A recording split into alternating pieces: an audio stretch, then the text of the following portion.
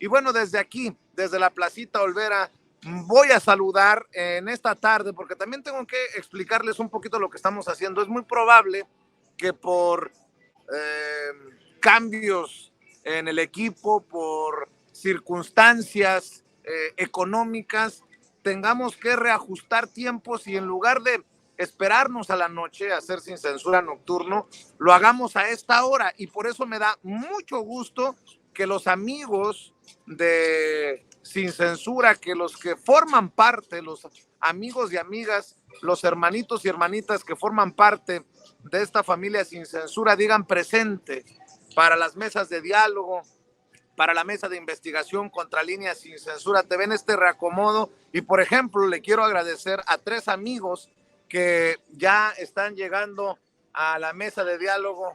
¿Cómo está? Bien, bien. ¿Cómo se llama usted? Edgar. Edgar, sí. ¿sí ve Sin Censura? Claro. Muchas gracias, Edgar, muchas gracias. Perdón que estaba a punto de presentar a los compañeros en esta transmisión en vivo y en directo, pero aquí estamos a la orden, como siempre. Gracias, Edgar. Sí. Un abrazo. Sí, nos vemos. Gracias. Veo al maestro Jaime Hernández, periodista de larga trayectoria. Ese sí es corresponsal de guerra, no chifladeras. Veo a Norman Pearl, columnista, también amigo de esta familia Sin Censura, y al maestro, al gran flautista, al queridísimo Horacio Franco. Gracias a los 3 por estar en esta mesa de diálogo. Muy buenas tardes y bueno, pues yo voy a poner algo ya en el plato. ¿Cómo ven a Marcelo Ebrard que chilla? Esos pinches youtubers, bueno, no dijo pinches, ¿no? Pero esos youtuberos que nos calumniaron. No, hombre, tiró calabaza hasta contra los youtuberos que hemos dado a conocer investigaciones sobre Marcelo Ebrard. Anuncia que se queda en Morena, anuncia que hay un reconocimiento para Claudia Sheinbaum, pero también dice que seguirá señalando lo que él considere que se necesita señalar, como estas irregularidades que reconoce Morena existieron en el proceso interno que llevó a la designación de Claudia Sheinbaum, a la doctora Claudia Sheinbaum como coordinadora de la defensa de la Cuarta Transformación. Mi querido Jaime, empezamos con tus opiniones, con tus comentarios. Y fíjate que yo creo que muchos esperábamos ayer que Marcelo Ebrard aprovechara la puerta entreabierta que le había dejado Dante Delgado para irse registrar como candidato al Movimiento Ciudadano, pero yo creo que Marcelo Ebrard ha estado echando sus cálculos y sabe muy bien que no le alcanzaría. No le alcanzaría y lo que es más, se comería parte de un voto de Morena, pero aún así sería impracticable, sería irreal sus aspiraciones presidenciales. Yo creo que el acto que hemos visto hoy con Marcelo Ebrard asegurando que va a seguir con Morena, dando muestras de una lealtad hacia el partido, hacia el movimiento, es el convencimiento de lo inevitable. Yo creo que Marcelo Ebrard apenas se está dando cuenta que se convirtió en un político que está ya fuera de lugar. Y al decir fuera de lugar, Marcelo Ebrard no se había dado cuenta que el paisaje político ha cambiado completamente. Marcelo Ebrard realmente tendría serias dificultades para contender como candidato de Morena en el actual ambiente, en la actual atmósfera, donde la mayoría de la gente que forma parte de Morena lo ve con recelo, lo ve con desdén, lo ve como un político que no es leal de todo al movimiento. Y yo creo que el último mensaje que le dirigió el presidente dejó las cosas en claro. Así es que yo creo que Marcelo Ebrard no ha tenido más remedio que tragarse sus palabras y va a ser muy difícil, francamente, de aquí a futuro, porque él dice que no renuncia a contender por la presidencia. Va a ser muy difícil porque, sabes, uno tiene que percatarse de que a veces los ciclos se agotan para personajes como Marcelo. Y además, yo creo que tiene que haber un análisis en el seno de la campaña del propio Marcelo, porque a todos nos consta y todos lo hemos analizado. La campaña fue un desastre, un desastre. Marcelo Ebrard, que se presentaba así como un político avesado, versátil, francamente no se percató que la campaña había sido un desastre, que comparada con la de Claudia Sheinbaum había quedado prácticamente como un principiante. Así es que yo creo que Marcelo Ebrard no ha tenido más remedio que regresar al redil. Ahora la pregunta es, ¿qué papel va a jugar ahora en el seno de Morena? Claudia Sheinbaum acaba de emitir un mensaje en el que le da la bienvenida, que se siga sumando a Morena, pero yo francamente no creo, porque si tú revisas las últimas sondeos de opinión, es que Claudia Sheinbaum está arrasando, arrasando. Así es que el margen de maniobra como de Marcelo Ebrard como futuro aspirante, como sucesor in pectore, se reduce considerablemente. Y yo creo que ahora dependerá, sí, de su trabajo en el seno de Morena, no sé si en el seno del gabinete, pero tendrá que realmente demostrar su lealtad hacia Claudia Sheinbaum, una lealtad que ha aceptado a regañadientes y tragando muchos sapos. Definitivamente, Jaime. Y Norman Pearl, déjame preguntar también tus opiniones al respecto, porque ¿cómo trabajar entre aquellos, en el caso de Marcelo y sus aliados, que tiraron el carro completo contra el proceso de Morena, y aquellos que desde el interior del partido también lo tildaban de traidor? ¿Cómo ves este proceso? Para nada fácil, pero creo que también empieza a cerrar la puerta de algo que hacía mucho ruido. Ya se define que Marcelo no se va a Movimiento Ciudadano y que se queda en Morena, y que hay acercamiento entre Marcelo y la doctora Claudia Sheinbaum, Norman. Bueno, es inevitable aceptar que el daño está hecho. Nosotros no podemos pasar por alto cosas tan rudas como las que cometió, como las que hizo el equipo de Marcelo Ebrard, agrediendo al presidente. Por cierto, vi por ahí en el video de Marcelo de esta mañana que estaba también Alejandro Rojas y Durán, que ese se suma siempre a donde cree que es una cargada favorable, ¿no? Pero bueno, hubo mucha agresión, hubo mucha descalificación, desde la misma reflexión que hace Marcelo Ebrard cuando dice que no se va a sojuzgar a los deseos de esa señora. Bueno, pues ya estaba marcando una posición, ¿no? Una posición de ego, egocéntrica, una posición pues de una fortaleza que realmente no tenía. Yo creo que, entre otras cosas que dice Marcelo, hay cosas que son por lo menos cuestionables. Por ejemplo, habla de 23 años de lucha en el movimiento. Eso es falso.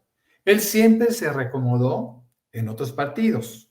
Desde el mismo año 2000, acuérdense que él compitió por un partido nuevo que fue fracasado, con Camacho Solís, en donde él iba a ser el candidato, o fue el candidato a la jefatura de gobierno, y pronto se dio cuenta que no traía nada y abdicó, por decirlo de alguna manera, en favor de Andrés Manuel López Obrador. Ahora, en 2011, lo recuerdo, cuando se crea la asociación de Morena, se le invita y no quiere participar en esa asociación. En 2013 dice abiertamente que él nunca se sumará a Morena. En 2014, cuando se funde el partido ya como tal, él también es invitado y también se sustrae a esa posibilidad que él consideraba débil, ¿no? Que no le daba la fuerza que él requería. En 2015, en lugar de optar por buscar una candidatura a una diputación federal por Morena para salvar un poquito las denuncias que tenía y lograr el fuero, él decide ir por Movimiento Ciudadano, del cual es miembro hasta el 2017. De tal manera que nosotros conocemos la vida de Marcelo Ebrard.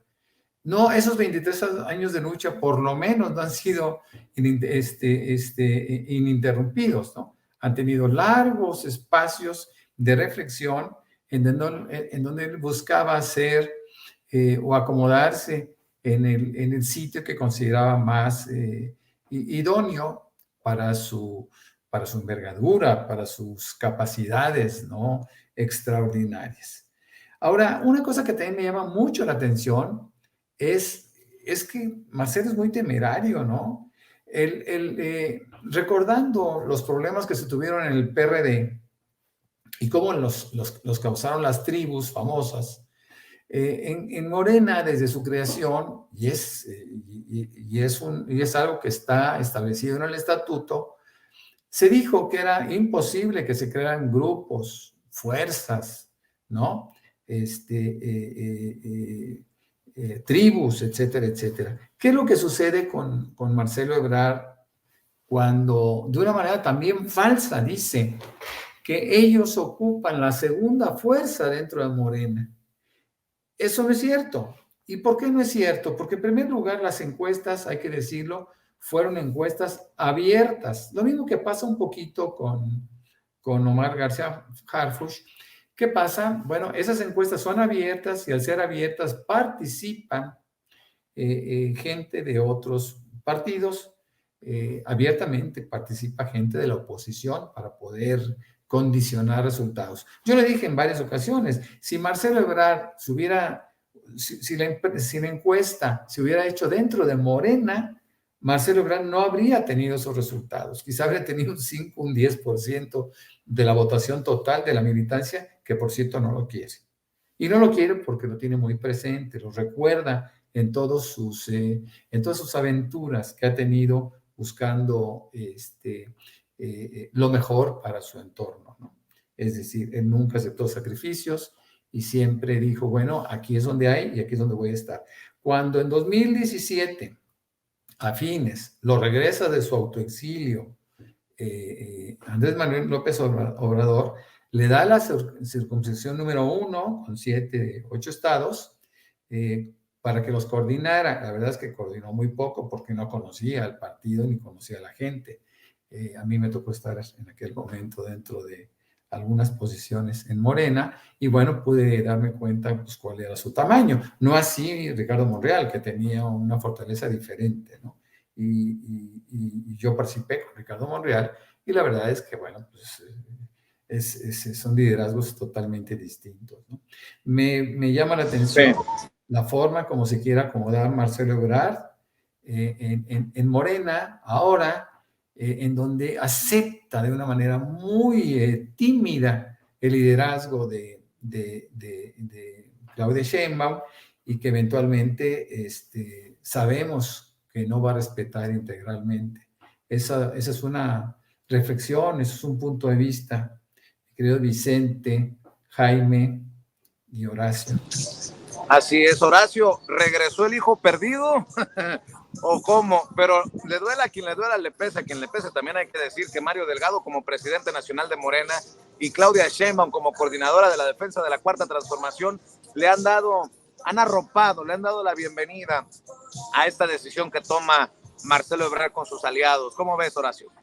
Pues es que no les quedaba de otra, porque no, en primer lugar no hay enemigo pequeño en ese sentido, y menos habiendo salido, digo, con sus salvedades, con todo lo que dijo Norman y todo lo que dijo Jaime, que los respeto y los admiro mucho. Obviamente es cierto, es una cosa que no podemos soslayar ni evitar, ni se puede tapar el sol con un dedo.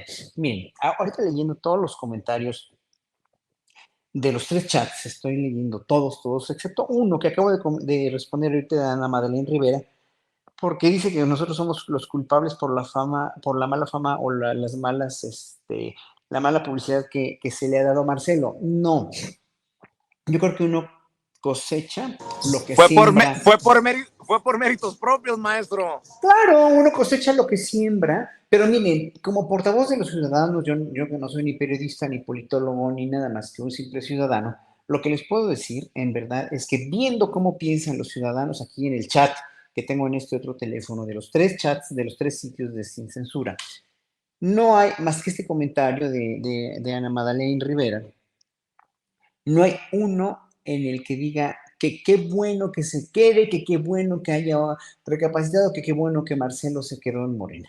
Todo el mundo lo tacha de un traidor, todo el mundo dice que se vaya, todo el mundo dice que fue un error enorme, que ha sido un error enorme haberlo vuelto a aceptar, que por favor lo corran, bla, bla, bla, bla, bla. A ver, yo creo que hay que poner los puntos sobre las IES como ciudadanos conscientes que somos y que en un momento dado reconocer la trayectoria política, sí camaleónica, sí convenenciera, sí a muy su modo de Marcelo Ebrard, que sería criticable o no, porque todos tienen sus modos, ¿no? Desde el mismo presidente de la República hasta Claudia Sheinbaum, pasando por todos los políticos que conocemos, tienen sus modos. El mismo, Norman estaba ahorita muy acertadamente hablando de Ricardo Monreal. Le duela a quien le duela, le guste a quien le guste, bla, bla, bla. Ya sabemos todo lo que ha hecho, cómo se ha comportado un político como él, ¿no? O cómo se comporta Noroña, ¿no? Y nos gusta más cómo se comporta Noroña, cómo se comporta Citlali Hernández que otros políticos. Bueno, ok, cada quien tiene sus asegúnes, cada quien tiene sus conductas y sus maneras de reaccionar ante los estímulos, ante lo que uno quiere, ante lo que uno es y todo, pero no se puede tapar el sol con un dedo y Marcelo no lo podrá tapar porque como bien dijeron ustedes, el daño hecho está. Al haber un daño ya en la imagen pública, en la imagen política, en la trayectoria, que no es incólume, ya no es una trayectoria incólume por todo lo que pasó y todo lo que se vino a suceder, lamentablemente Marcelo ha perdido mucho más que en las encuestas. En las encuestas perdió mucho, sí.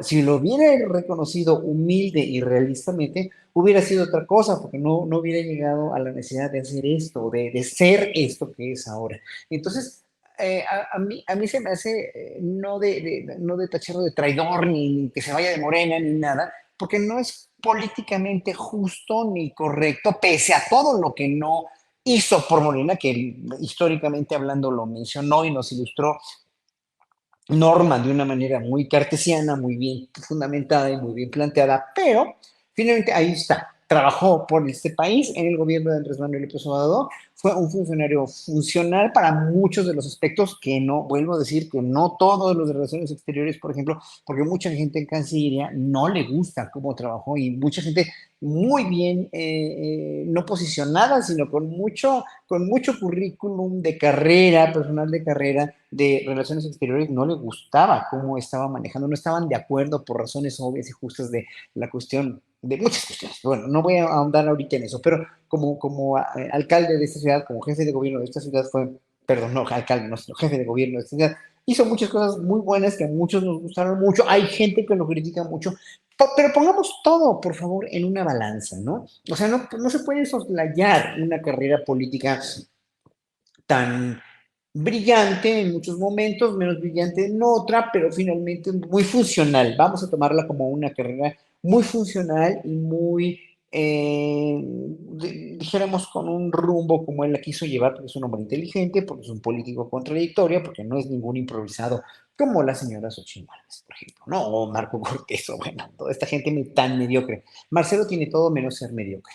Entonces, en ese sentido, debemos de poner como que en una balanza qué podría pasar si Morena en un momento dado lo expulsa o qué si no, que si Claudia Sheinbaum no lo alberga dentro de su seno político para poder en un momento dado no nada más ofrecerle un cargo, sino finalmente no echárselo como enemigo. Para mí lo principal es que, como el día que estuve ahí en la Arena México, la unidad, la unidad, la unidad y más la unidad, creo que de Claudia Sheinbaum no se me hace más que inteligente, acuerdo y prudente ofrecer esa unidad haciendo lo que hizo con Marcelo Ebrard. Y con Marcelo Ebrard no le quedaba de otra, estaba en un callejón sin salida porque irse a Movimiento Ciudadano hubiera sido suicida y ahí sí lo hubiera tachado mucha más gente de traidor y no hubiera tenido, como las encuestas bien lo decían, no hubiera tenido más del porcentaje que tiene el muchacho imberbe, ¿cómo se llama? Samuel García, con su mujer en la villa, con su hijo cargado como un bulto, ¿verdad? Híjole, qué lamentable eso, verdaderamente. Pero bueno,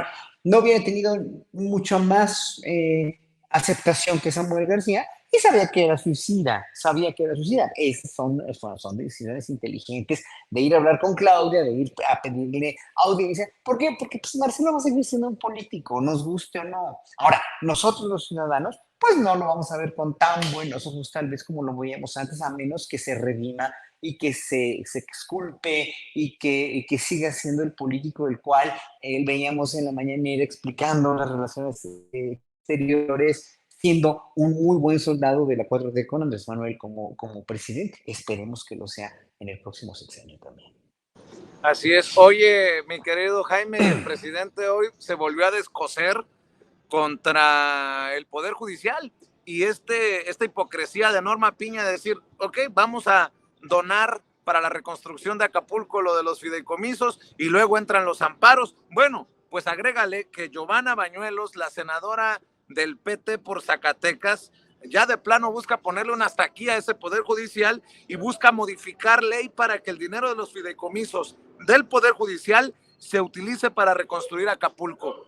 Y mientras tanto, pues de Norma Piña ni sus luces, brilla por su ausencia, como la ha señalado el presidente, ¿no? Que calladita se ha quedado la ministra presidenta de la Suprema Corte de Justicia de la Nación sobre este tema de los amparos, algo que ella ya había decidido, Jaime. Sí, la parte que más me llamó la atención del mensaje o la alusión del presidente a Norma Piña fue la parte en la que dijo que una de dos, o al dar a conocer que el comunicado, la carta que le envió Norma Piña al presidente diciéndole que estaba de acuerdo en que esos fideicomisos se emplearan para la reconstrucción de Acapulco, dice, o era un plan con maña, en ese caso, o vino, la reconvinieron, que yo creo que es lo que ha pasado, porque a todos nos consta cómo hubo un cabreo fenomenal de las fuerzas vivas de la derecha, empezando por el Saco de Pus, toda esta gente que despotricaron, Adela Micha, el Saco de Pus, se lanzaron contra la presidenta ministra de la Suprema Corte diciendo, pero ¿cómo es posible si la apoyamos y ahora nos sale con esta tontería? Entonces ahí te das cuenta que realmente Norma Piña está supeditada a unas fuerzas vivas de la derecha, extrema derecha, que no la dejan maniobrar. Yo, claro, no le resto aquí a Norma Piña su propia vena conservadora, pero ciertamente la derecha es muy mostrenca, la derecha es muy rabiosa y seguramente le echaron un montón para obligarla a desistir. Entonces yo creo que aquí el poder legislativo no tiene más remedio que entrar a saco, es decir, legislar, porque si no se destinan, porque así va a pasar como el famoso amparo que presentó Ricardo Salinas y que metió Luis María Aguilar en el cajón del olvido, y entonces pues así se le van a pasar con estos amparos. Entonces el presidente dice, yo no voy a dejar de señalar, pero yo creo que el presidente tiene información de primera mano que le permite deducir que efectivamente Norma Piña, después de esa primer respuesta, fue sometida a una intensa presión, lo que te desvela, y esto a mí se me hace quizá la parte más grave, hasta qué punto el aparato de justicia, el poder judicial, está en manos de un poder conservador, de un poder que durante mucho tiempo, bueno, desde que quedó en manos del PAN, desde que quedó en manos de Felipe Calderón, a ese poder de justicia realmente no se le ha podido componer, reconvenir, nada, nada. Entonces yo creo que por lo menos creo que el presidente tiene la película completa, sabe muy bien por dónde van los tiros y por eso mismo no va a dejar de denunciarlo. Yo creo que en última instancia, pues yo creo que esta embestida de la derecha contra Norma Piña, contra el presidente, se va a convertir, ¿sabes?, en una justificación más, en una razón más para que el próximo año millones de mexicanos le demos la mayoría absoluta a Morena, porque es la única manera de acometer una reforma del aparato judicial. Y qué bueno que el presidente dijo hoy que él va a asistir una y otra vez, cuantas veces sean necesarias, para desnudar a este poder que prácticamente se ha gangrenado y son incapaces ellos mismos, fíjate, ya a estas alturas el Poder Judicial es incapaz de salvarse a sí mismo. ¿Por qué? Porque son muchos las fuerzas, son muchos los poderes que los han amarrado, que los están condicionando. Así es que yo no veo otra opción. O se reforma la ley o nos vamos al 24 con un plan C que permita implementar una reforma a fondo del Poder Judicial. Mi querido Jaime, sé que estás pegadito ya a tu transmisión en tu canal de YouTube, No Apto para Cínicos. ¿Quieres despedir aquí en este momento para que alcances la transmisión o aguantas una siguiente ronda? Aguantamos. No vayan a pensar mal, no estoy tomando algo. No, la gente de No Apto para Cínicos sabe que somos familia, así es que sin ningún problema, querido Vicente.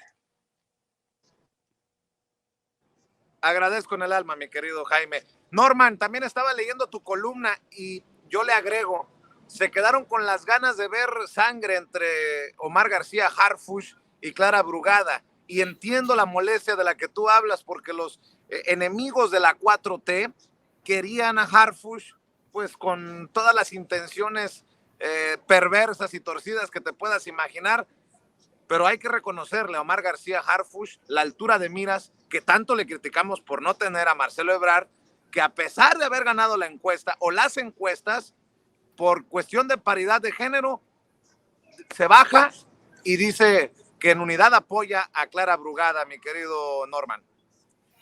Mira, estaba establecido muy claramente que, y lo dijo Mario Delgado en varias ocasiones, que aunque ganaran algunos hombres, sus encuestas, no serían candidatos.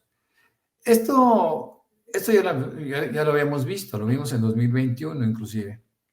Pero, ¿qué es lo que sucedió? Pues que los partidos se salieron del script, ¿no? Ellos tienen un estatuto y de repente te dice, en nuestro caso, en el caso de Morena, podemos decir que es muy claro cuando se habla de encuestas, pero no se podía incorporar en aquel momento, no se pudo incorporar las disposiciones del INE que sacan recientemente. Ahora bien, todos sabían que se tenía que hacer un sacrificio. Y esto evidencia algo, Vicente, maestro Jaime Hernández y maestro Horacio Franco, esto evidencia que todavía hay cierta debilidad en las candidaturas de mujeres. Hay pocas candidaturas de mujeres. Digo, no hay muchas Rocíos Nales o la misma Clara Brugada, ¿no? Para poder elegir libremente. Mario Delgado sabía que iba a haber más hombres que ganaran las candidaturas, y así sucedió. Pero también se tenía muy claro que Clara Brugada, fíjate nada más, eso es un fenómeno muy curioso. Clara Brugada ante Omar García Harfuch perdió sistemáticamente. Siempre estuvo arriba Omar García Harfuch. Tiene una tremenda popularidad, etcétera. Pero también hay que decirlo, es un fenómeno curioso, porque aunque Omar le ganaba con relativa facilidad, ya estamos hablando de 12, 13, 14 puntos, sistemáticamente en todas las encuestas, a Clara Brugada, los votantes, en virtud de que era una votación abierta a todo el público, a todo el pueblo, los votantes de García Harfuch, lo digo en el artículo, lo dije la semana pasada, eran de derecha. Y los votantes de Clara Brugada representaban a la izquierda. Entonces, ¿qué podemos advertir aquí? Que Clara Brugada tenía una condición totalmente distinta, ¿no? Una ideología, una condición ideológica muy distinta que le diferenciaba. Todo el mundo queríamos que ganara Clara Brugada dentro de este ámbito de la izquierda mexicana, inclusive capitalina. Pero sabíamos también, y esa es una a la comparación que quiero referir, me parece que es la parte fina, ¿no? La parte sutil. Cuando ambos eran cariados en las encuestas contra Taboada, por ejemplo, o contra otra persona del PAN, que es el PAN quien está manejando realmente las candidaturas de la oposición en este país. Bueno, ¿qué sucede? Pues que tanto Clara Brugada como Omar García Harfuch ganaban prácticamente en la misma proporción a sus adversarios. ¿Eso qué significaba? Que ya era otra pregunta. La primera pregunta es, ¿lo conoces? te simpatiza, y ahí entró la derecha. Entraba la derecha y decía, sí, Omar, Omar, Omar. Querían a Omar como candidato. Pero después, cuando llegaba la pregunta que les hacían ellos mismos, ¿por quién votarías? Por Clara Burgada o Omar García Harfuch o Taboada, se notaba que había una diferencia sustancial en favor de Morena, con cualquiera de los dos candidatos. Visto de esa manera, la candidatura de Clara Brugada desde hace mucho tiempo estaba cantada, y lo dijimos en alguna ocasión, porque el riesgo que se tenía con su elección o con su candidatura o con su designación era menor, prácticamente no existía, porque tendría el mismo resultado que habría tenido Omar García Harfuch, nada más que votado desde dos públicos diferentes, desde dos audiencias distintas, ¿no? Y bueno, el texto trata de resumir de una manera simple como Rocío Nale siempre encabezó y su candidatura, Javier May, el mismo Armenta siempre estuvo arriba en Puebla, Margarita González, que para mí fue un fenómeno, yo no la tenía considerada, y Eduardo Ramírez en Chiapas. Esas 5 candidaturas, para mi gusto, son gubernaturas. Ahora, Yucatán es un enigma. Yucatán no sabemos qué va a pasar con este personaje que le dicen el Guacho, aparentemente es muy popular y tiene grandes posibilidades. ¿Dónde se hace, fíjense nada más, en dónde se utiliza el sacrificio? Es en Guanajuato y en Jalisco. ¿Por qué? Porque aparentemente Guanajuato y Jalisco tienen menos posibilidades de ganarse. Entonces ahí, por ejemplo, Jalisco utilizan al 9º lugar, que es Claudia Delgadillo, que la conozco, es simpatiquísima, es una mujer muy agradable, ha estado en el PRI antes, muy, muy simpática, y bueno, yo creo que ella va a tener una campaña fuerte, pero vamos con las limitaciones de una debilidad aparente por parte de ella. No es el caso de mi buena amiga, ¿cómo se llama? Alma. Yo a Alma la conocí en la Junta de Presidentes. Yo representaba a Querétaro, sí, ahí en Guanajuato, y la conocí, una mujer extraordinariamente fuerte, muy agradable, muy seria, con un pasado ahí también medio saltimbanqui, pero una mujer inteligente, con muchísima fortaleza. Yo creo que Morena, y lo tengo que decir de esa manera, decide en función de estos dos personajes femeninos por una obligación para poder darle cumplimiento a la disposición del INE, ¿no? Eso no es grato decirlo, pero yo creo que si sacrificaron a Sheffield y a Carlos Lomelí, que uno era el segundo, claro, los dos estaban en segundo sitio, y toman un tercer lugar y un 9º lugar, es porque Morena definitivamente decidió sacrificar esos estados. Ojalá que no sea así, ojalá que yo esté equivocado. Así es. Y Horacio, déjame preguntarte este tema que es delicadísimo, pero también muy triste. Tú como miembro de la comunidad LGBTI, dame tu opinión acerca del asesinato que el propio presidente también confirma en la mañanera desde Sonora del magistrade que fue asesinado, Osiel Baena. Todo parece indicar que fue asesinado junto con su pareja, un personaje en Aguascalientes que desde su trinchera pues también abrió brecha en esto del reconocimiento de una comunidad tan golpeada y también blanco de las estupideces que generaban violencia, hay que decirlo, por parte de personajes como Chumel Torres y Ricardo Salinas Pliego. ¿Cómo ves esta cosa que debe de ponernos en alerta a todos? Porque también los discursos generan violencia y termina un caso como este con una situación así y se le vienen a uno cualquier cantidad de cosas a la cabeza. Definitivamente un personaje polémico y vaya, trágico y triste final, Horacio. Bueno, mientras esas alertas de las que tú me hablas no sean alertas educativas a largo plazo y siga habiendo en México un machismo mala onda, enquistado en la población, machismo que está en la izquierda, en la derecha, en el centro, en la iglesia, pese a que en la iglesia pues es un reducto de la comunidad LGBT, pero desde hace siglos enteros, ¿no?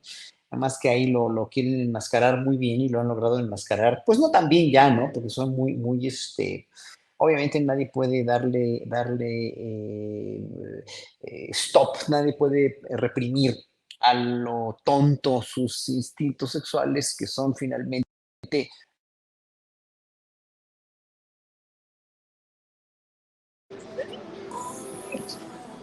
Bueno, creo que hemos perdido la conexión Ya con me el quedé, maestro. ya me quedé, Ahí está. ya llegué otra vez. Muy bien, muy bien. Sí, les decía, este, mientras no haya una alerta educativa al pueblo mexicano que sigue siendo machista en todas en toda la extensión de sus comunidades, la militar, por ejemplo, ¿no? Que nunca ha dicho, esta boca es mía, aquí hay una comunidad LGBT que vamos a respetar y vamos a albergar la iglesia misma, como lo decía yo, con tanta corrupción sexual dentro de su historia a lo largo de siglos y siglos.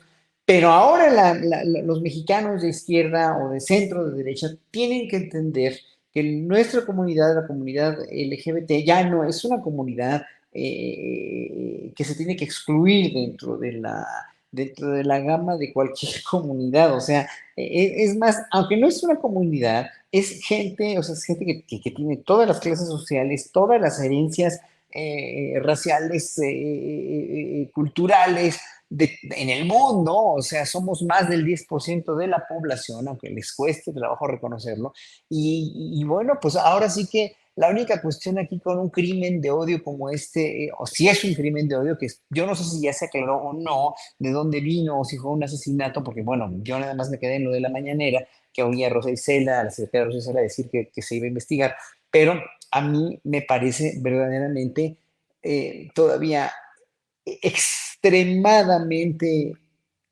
patético y digno de mencionar que México sufre un atraso social verdaderamente paupérrimo, verdaderamente terrible, cuando hay un crimen de odio contra un miembro de la comunidad y sobre todo sobre la comunidad trans, que es la comunidad más vilipendiada, que es la comunidad menos comprendida, que es además, como decía mi querido Carlos Monsiváis, ¿no? Pues los trans, ¿no? Fueron los primeros que sacaron la casta en los años 30 y 40 para, para dignificar la existencia de minorías sexuales en esa época, cuando estaba penado con cárcel, cuando estaba penado, no como Uganda hoy, por ejemplo, que Uganda o Afganistán, que te matan. O sea, si yo me paro en Uganda o en Afganistán, pues me matan inmediatamente, ¿no? Aquí, por fortuna, nunca fue así, pero sí fue muy penado. Entonces, el hecho de que tú me digas, sí, lanzar una alerta, pero eso es una alerta educativa que tiene que lanzar primero que nadie las instituciones educativas, el gobierno a través de las instituciones educativas, y no tratarnos como si fuéramos una cosa aparte, ¿no? Y no, o sea, de veras, ya no tener miedo a salir del closet, o ya no tener miedo a mencionar que alguien es de una minoría X, porque finalmente seguimos con ese precepto de lo de incluirte en una minoría, como las mismas mujeres cuando dicen es que las mujeres sí, merecen lo mismo que los hombres. Claro que sí, pero claro, los hombres siguen siendo muy gandallas, y ahorita hay muchas alertas educativas para precisamente evitar ese machismo en contra de las mujeres. Pues la misma alerta educativa debería haber para finalmente cesar o empezar a construir una ideología educativa que comprenda las ideologías de género de una manera un poco más natural, un poco más finalmente, porque me van a decir los religiosos, incluso aquí en Censura me ha tocado también ver comentarios homófobos. No, pero es que Dios sí, esto es lo que sea. No, este es un país laico, este es un estado laico, no tiene nada que ver la religión, no tiene nada que ver, nada que ver. Hoy en la mañana Toñito mencionaba a alguien que dijo que la judía nos va a gobernar. O sea, no es posible ya señalar a alguien en este país por su religión, por su condición sexual, por su raza, por su etnia, por lo que sea, por su preferencia sexual, me refiero, no es posible ya. Entonces, este crimen, ojalá que se esclarezca, ojalá que quien resulte culpable de veras le den el castigo que merece. Pero aquí, pues la única alerta que yo sacaría en verdad sería una alerta educativa que venga del gobierno para que también vaya de las familias, aun por muy de derecha que seas, por muy verástegui que te llames a reconocer que nadie tiene derecho a criticar la vida sexual de nadie, porque hasta el mismo Papa Francisco lo ha dicho. Si no quieren entender eso, entonces van a estar escupiendo para arriba, van a seguir estando llenos de odio. Y nada más mi último, quería yo comentar una cosa que estaban antes de hablar de eso. ¿Saben quiénes fueron los grandes ganadores en realidad? Miren, los grandes ganadores de toda esta contienda morenista han sido Gerardo Fernández Noroña por su campaña, López Gatell también por su campaña y de veras, pues es por este plantarse con los pies como un gran funcionario, un gran político ya a estas alturas y un gran ser humano, ¿no? Fue Sheffield también, un gran ganador, aunque no hayan quedado, pero son gente que siempre, y no me dejarán mentir mis colegas aquí en la mesa, que siempre los llevaremos con mucho respeto, por lo menos y con mucho reconocimiento a su labor. Muy bien, maestro. Déjenme también ponerle en la mesa de diálogo al maestro Jaime Hernández el tema de Xóchitl Gálvez. Qué tragedia para la oposición tener a una Xóchitl Gálvez como virtual candidata rumbo al proceso electoral del 2024. Mientras dice Xóchitl Gálvez que no trabajaría con malos priistas como Alito. Tiene un lapsus, por cierto, Alito dice, tuvo un lapsus, Xóchitl Gálvez, se tuvo que disculpar con el presidente del PRI, dice que está orgullosa de caminar con el PRI, luego quiere emular a Luis Donaldo Colosio Murrieta y se le olvida su discurso y termina en un ridículo mayor, porque no sabe qué hacer, no sabe qué decir y demuestra sus limitaciones, mi querido Jaime. A mí ya me está dando hasta pena ajena lo que está ocurriendo con esta oposición mexicana, querido Jaime. Yo creo que si uno revisa la historia de cualquier proceso electoral, nos vamos a dar cuenta que, sobre todo, por ejemplo, en el caso de Estados Unidos, ¿no? Que tú conoces también muy bien, cualquier traspiés te puede enviar directo a la tumba, ¿no? ¿Cuántas veces una elección presidencial dependió de una mala actuación en un debate o de que hayas caído desde una tarima, como le pasó a Robert Dole? ¿Cuántas veces este tipo de incidentes aparentemente menores se convierten prácticamente en el anticipo, ¿no?, de lo que va a ser una carrera ruinosa? Yo creo que lo que ha ocurrido con Xóchitl Gálvez en el transcurso, porque no ha sido una, han sido muchas las ocasiones en las que Xóchitl Gálvez ha hecho alarde de su incapacidad como candidata presidencial. Xóchitl Gálvez no tiene costuras presidenciables. Y ¿sabes lo más interesante del caso? Lo irónico del asunto es que Xóchitl Gálvez sí tiene las costuras de un títere, de una mujer de paja. Por eso la escogieron. Por eso la escogió Claudio X González, Salinas de Gortari, todo este cónclave de hombres que se siguen creyendo los dueños de México. Dijeron, no, esta la vamos a usar a manipular. Es una mujer que es navajera, es barriobajera, le va a echar, a la hora de pelear con Claudia, le va a echar tierra a los ojos. Pero claro, con lo que no contaban es con la propia torpeza. Es que Xóchitl Gálvez es lerda, una mujer lenta, incapaz, no es capaz de articular un discurso, aunque este se trate de su propia biografía, ¿no? Es patético, ¿no?, que tenga que leer en el teleprompter un discurso que hace alusión a sí misma, ¿no?, y sea incapaz de improvisar, ¿no? Entonces, a mí, francamente, yo creo que Xóchitl Gálvez ha sido se ha convertido Xóchitl Gálvez realmente en el muñeco o la muñeca del pim pam pum.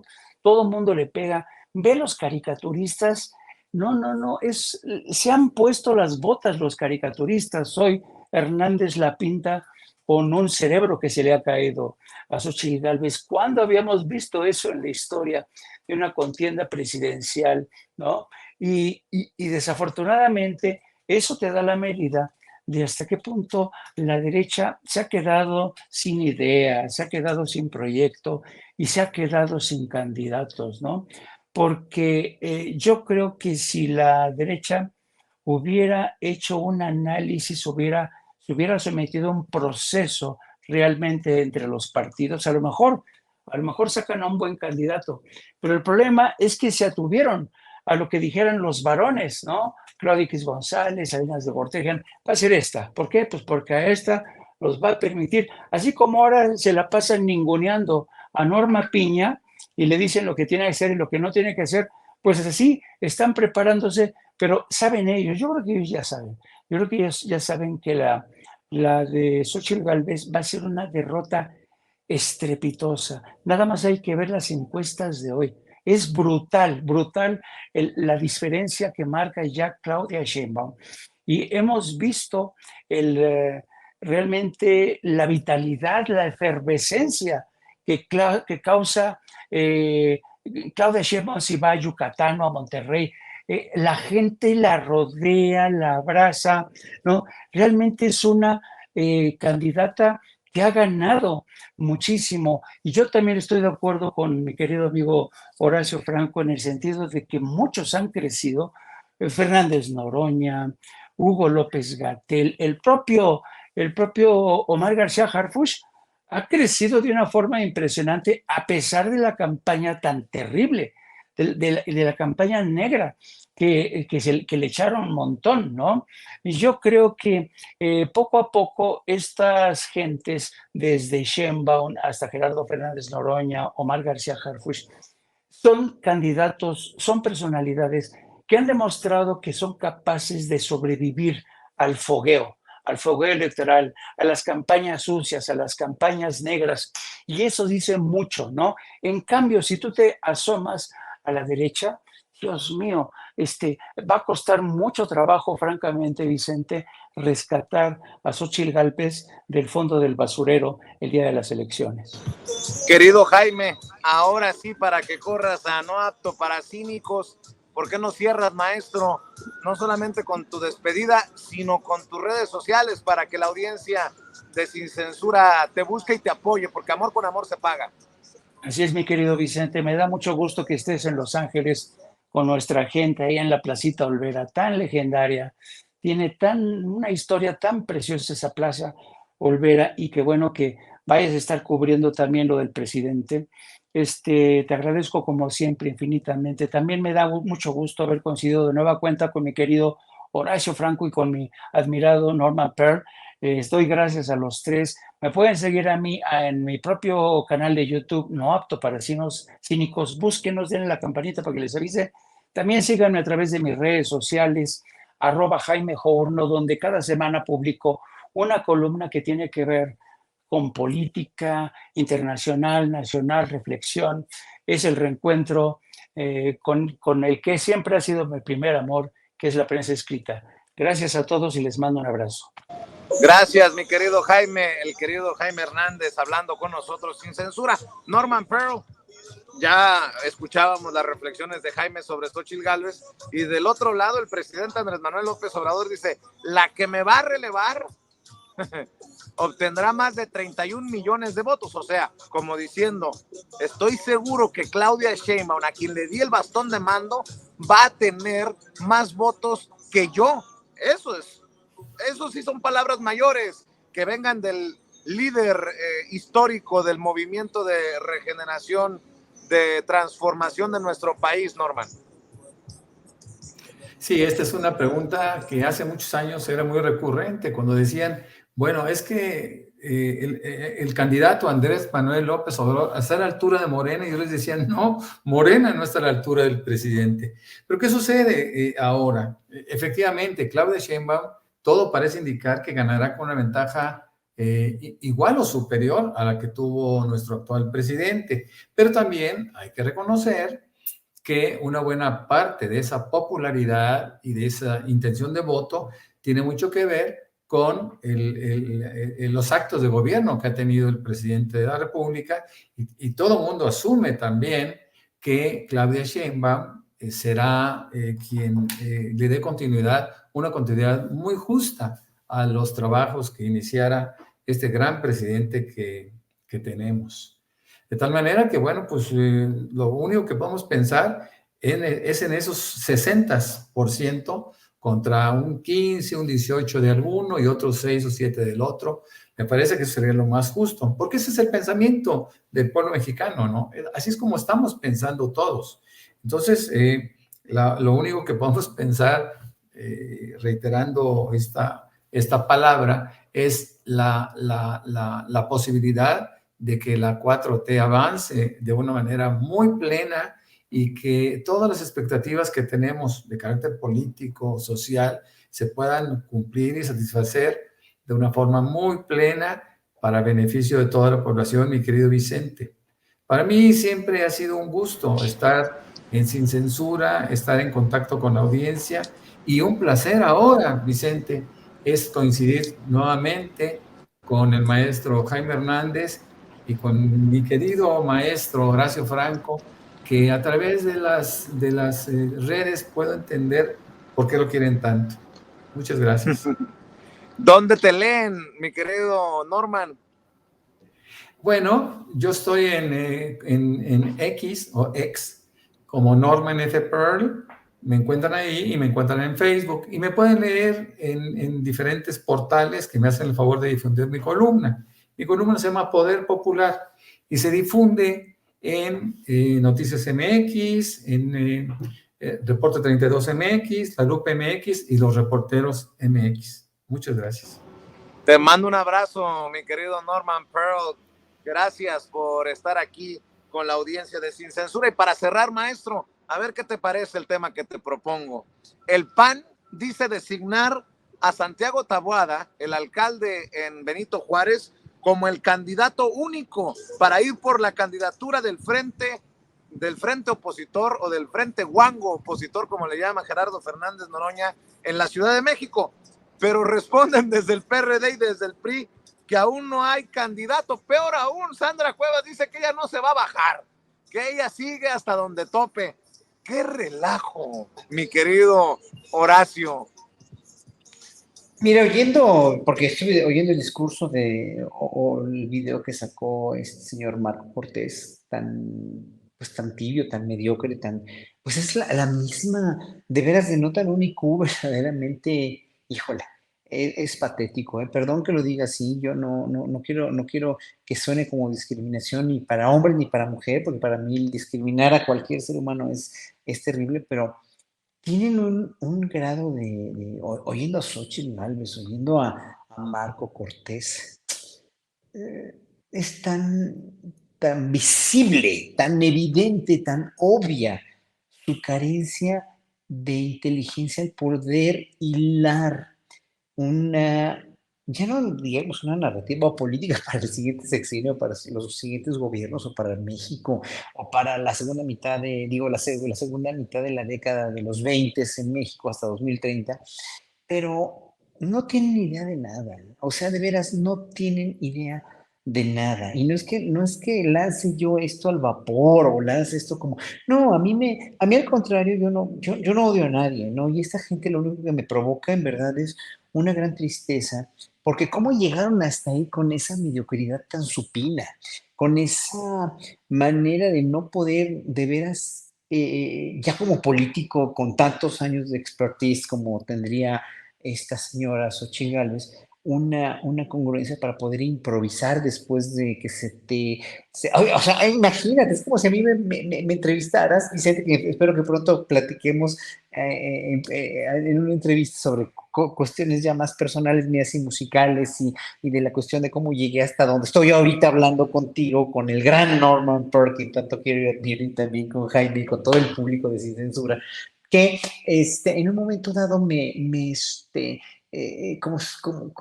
sé, o sea, yo nada más digo, ¿cómo es posible? ¿Cómo yo puedo hablar de mi vida sin ningún tapujo, sin ningún problema, pero esta mujer en un discurso que supuestamente ha dado muchos discursos como política, que es no pueda continuar con una trayectoria de vida de ella misma con un apagón del teleprompter es verdaderamente, no, ya no dijera patético, ya es triste, ya es muy triste, ya es una, una manera de veras muy evidente, muy obvia de ver que como dice Toñito, muy bien dicho, la peor enemiga de Xochitl Gálvez, pues es Xochitl Gálvez, ¿no?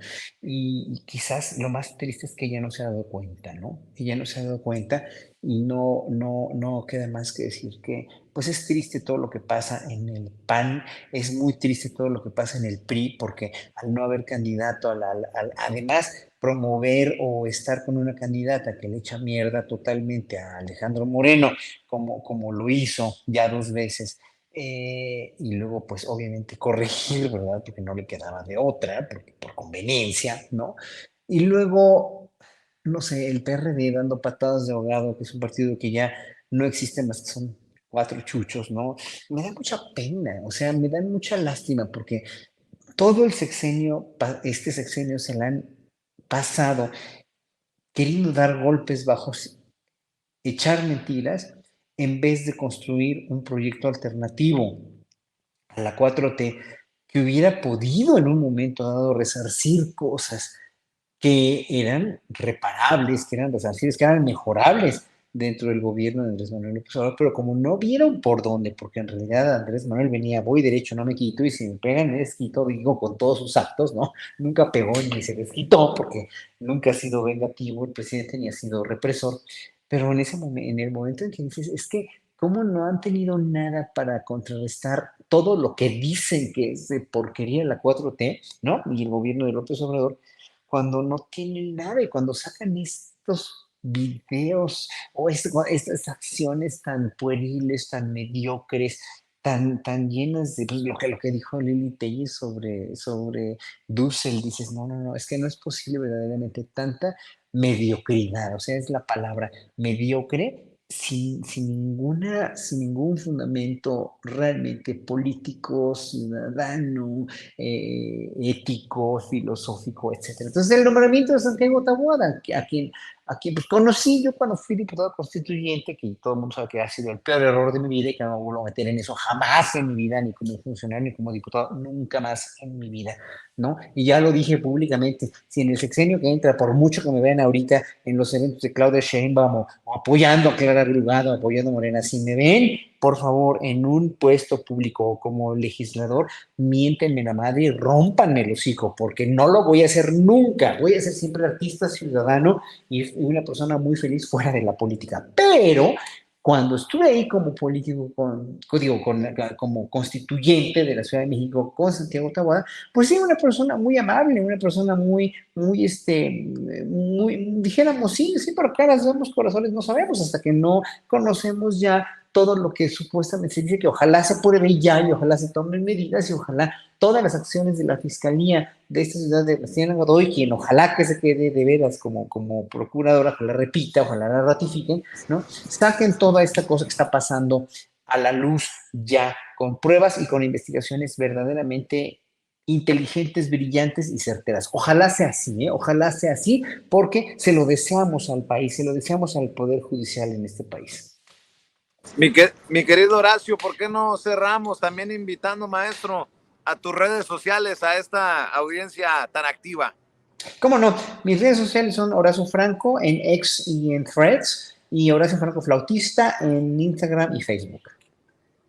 Muy bien, pues maestro, a ti también te envío un abrazo y a ver qué día me presumes las pinturas que tienes ahí desde donde estás transmitiendo. Claro que sí, todos son pinturas que están aquí en mi estudio.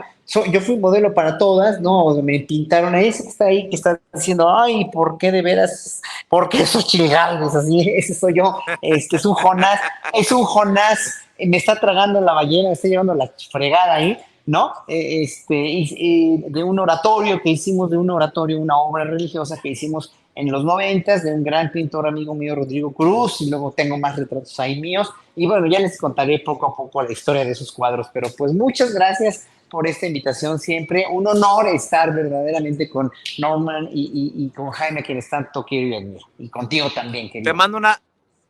Te mando un abrazo, Horacio, el mejor flautista de México, el maestro Horacio Franco, hablando con nosotros sin censura. Y miren, debo de decir que siempre me he sentido orgulloso por la alianza informativa que hemos tejido entre Sin Censura y Contralínea Sin Censura, a través de las mesas de investigación y la información que manejamos precisamente en estas mesas.